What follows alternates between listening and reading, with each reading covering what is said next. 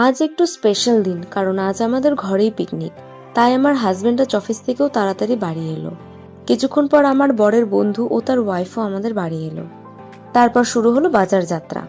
বাজারে গিয়ে নেওয়া হলো আলু, পেঁয়াজ, ক্যাপসিকাম, আরো দরকারি সব সবজি। এরপর মাছের দোকানে গিয়ে মাছ নেওয়া হলো। তারপর চিকেন নিলাম।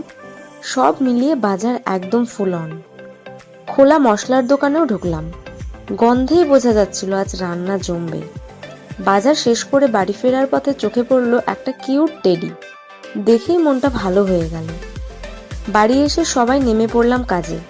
আমরা মেয়েরা একটু হেল্প করে সোজা বসে পড়লাম লুডো খেলতে, আর ছেলেরা পুরো দায়িত্ব নিয়ে রান্নায় ব্যস্ত।